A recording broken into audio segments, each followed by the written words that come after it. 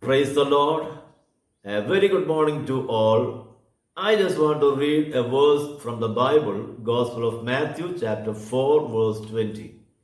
Immediately they left their nets and followed him.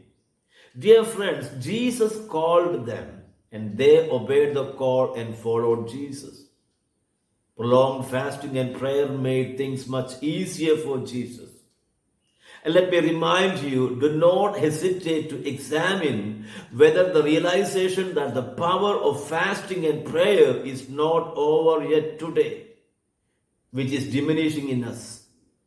If it were necessary for our Lord Jesus Christ, how much more would we?